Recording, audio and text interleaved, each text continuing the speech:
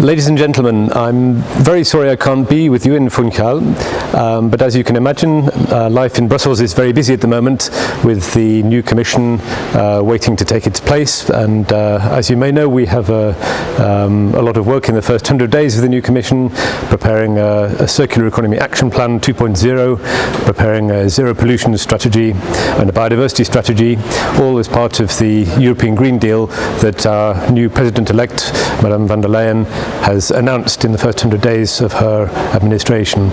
So I hope you'll forgive me not being with you in person. I'm very happy that you've decided on this year as being the year of resource efficiency and circular economy. I'll say a few things about what we've learnt from the last 5 years of our circular economy action plan across the European Union. I think there are three main misconceptions about the circular economy. The first is that it was a policy choice. In fact, circular economy is an inevitability for us in Europe and all around the world as a result of the pressure on global resources and increasing consumption. Our policy choice is actually how we deal with that transition and how we make it less negative and more positive. The second misconception is that the circular economy is actually one loop. Quite often you see an infographic with one big circle, and the circular economy is depicted as being one big loop. In reality, it's millions and millions of loops, some of them very long, like for example an aluminium window frame in a building, which might be there for 50 years. Some of them very short, maybe you use a plastic bag for 20 seconds. So the complexity is far greater. The third misconception about circular economy is that if you recycle everything, it's okay. It doesn't matter how many materials or products you use, how long you use them for, but as long as you recycle them. This is not the case. When we talk about circular economy, we're talking really about getting the most value possible from our resources, from materials and products, whilst they're in the economy. And this, I think, is the most important thing for island economies and for economies like Madeira. Islands are a long way from many of the sources of materials and products. They're more expensive, they have a greater challenge in using them getting more value out of them.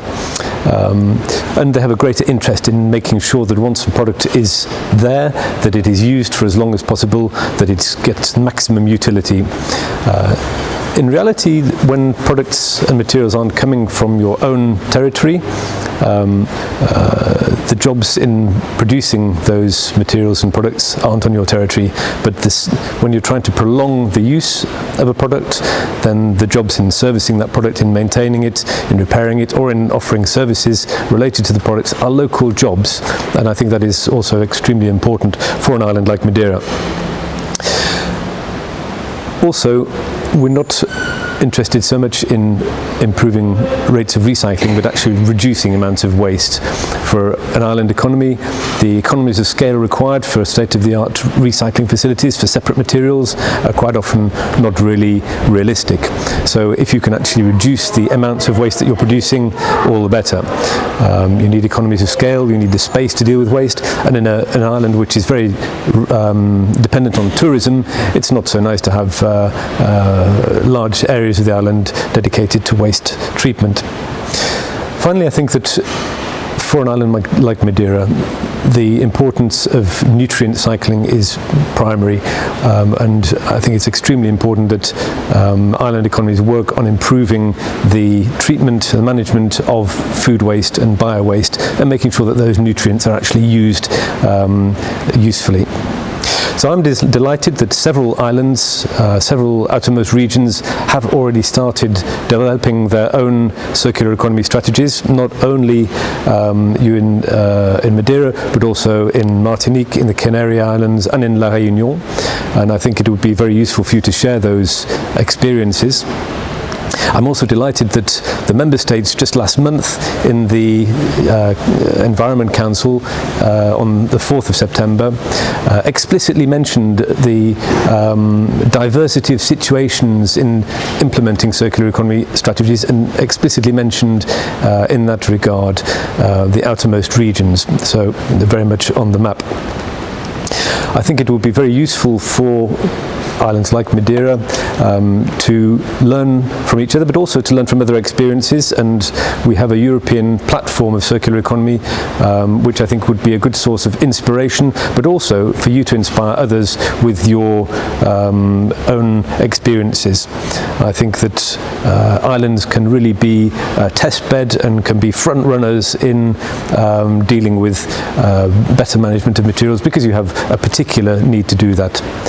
I think islands are a little bit like planets in themselves, and you know better than most of us the importance of dealing with our finite resources in the most efficient ways possible.